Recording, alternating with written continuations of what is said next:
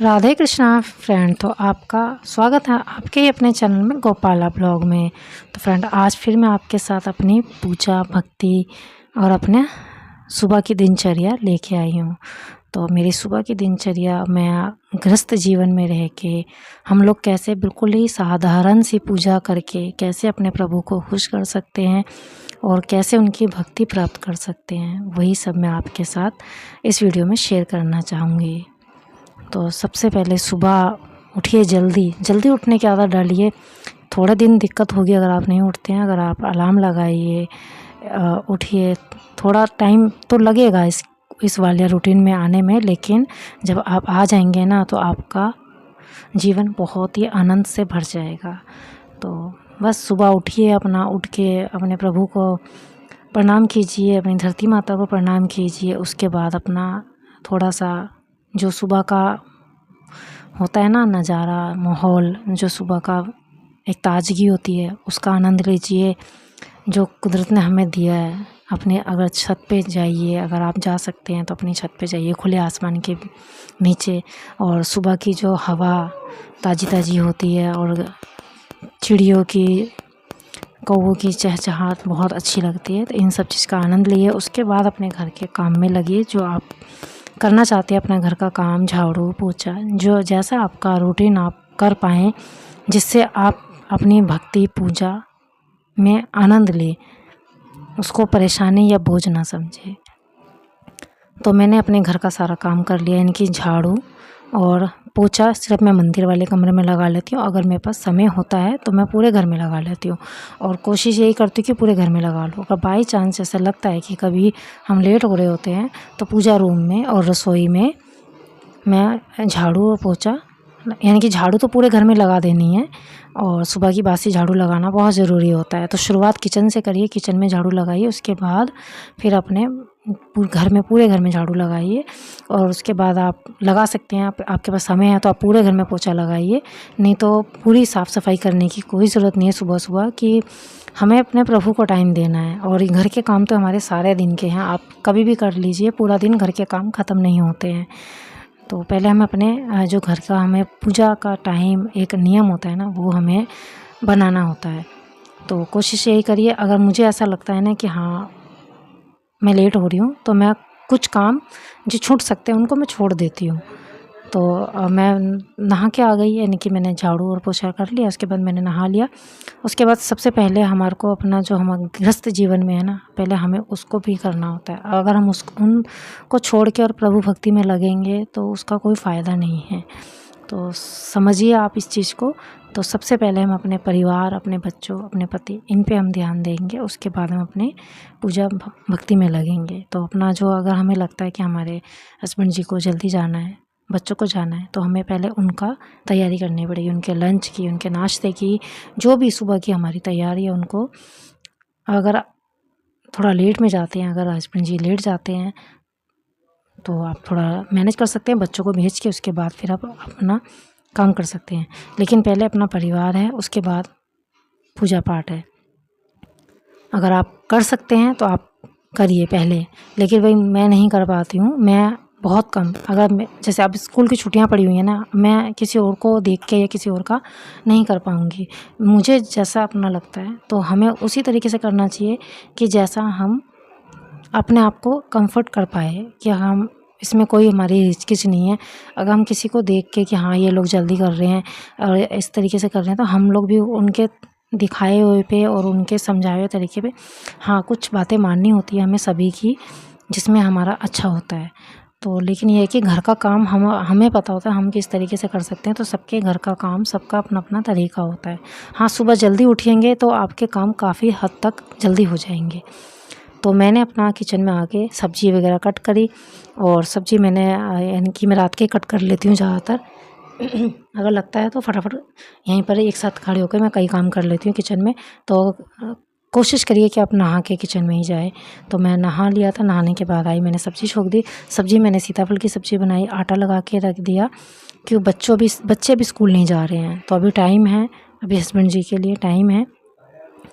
तो मैं, यानी कि उनका नाश्ता और उनका लंच का खाना, ये सब मैंने बना के उनको भेज दिया। उनके भेजने के वो 7 बजे तक चले जाते हैं, तो उनको भेजने के बाद फिर मैं फटाफट अपने पूजा में लग गई हूँ।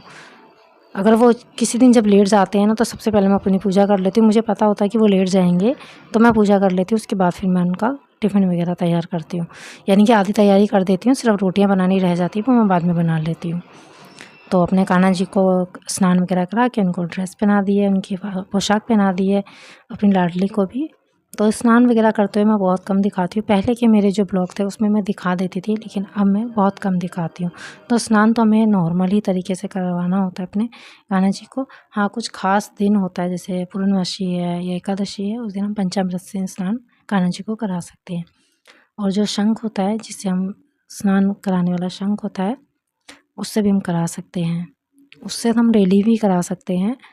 मेरे पास भी है, लेकिन मैं कभी कभी करा देती हूँ, कभी कभी सिंपल, यानी कि जो हमारे पास लोटा होता है ना पूजा वाला, उससे ही करा देती हूँ। तो उसके बाद अपने कान्हा जी का करेंगे सुंदर सा श्रृंगार। उनकी जो माला है, पगड़ी है, उनके बाल, ये सब लगाएंगे। और बस इसी तरीके से होती है पूजा। तो बिल्कुल ही साधारण तरीके से पूजा, लेकिन प्रभु बहुत खुश होते हैं इस साधारण सी पूजा से, कि हम अपनी गृहस्थी को लेके चल रहे हैं। तो हमें अपनी गृहस्थी पहले देखनी है, अपने बच्चे, अपना परिवार, अपने पति, जो भी हमारे परिवार में है, पहले हमें उन्हें देखना है। तो लेकिन हाँ, पूजा का भी एक समय होता है। ज़्यादा लेट भी पूजा अच्छी नहीं होती है, क्योंकि पहले मैं भी लेट करती थी। बहुत सी चीज़ें मैंने भी चेंज की है। शुरू में, यानी कि जब मेरी शादी हुई थी, तब तो मेरा वही टाइम था सुबह जल्दी का।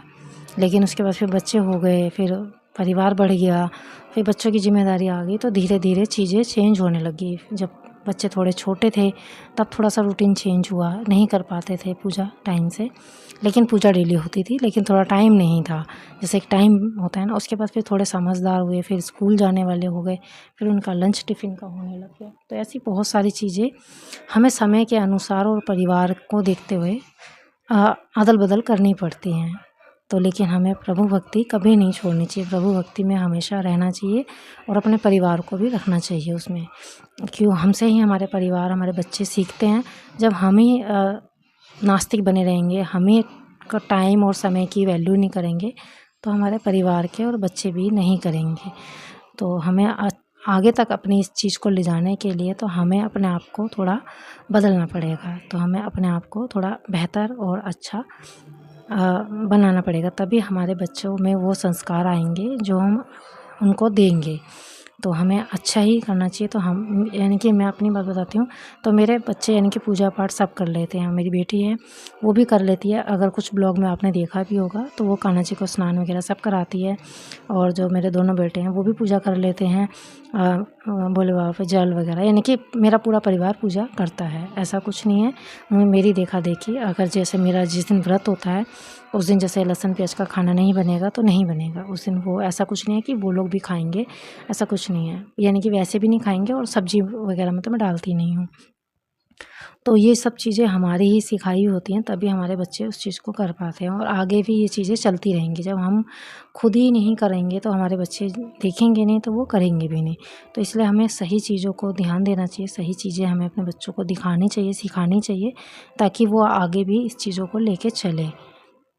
तो इससे बच्चों में ना संस्कार भी अच्छे बने रहते हैं, बच्चे भगवान से जुड़े रहते हैं, गलत रास्ते पे नहीं जाते हैं, गलत दिशा नहीं पकड़ते हैं, गलत चीज़ों में नहीं पड़ते हैं।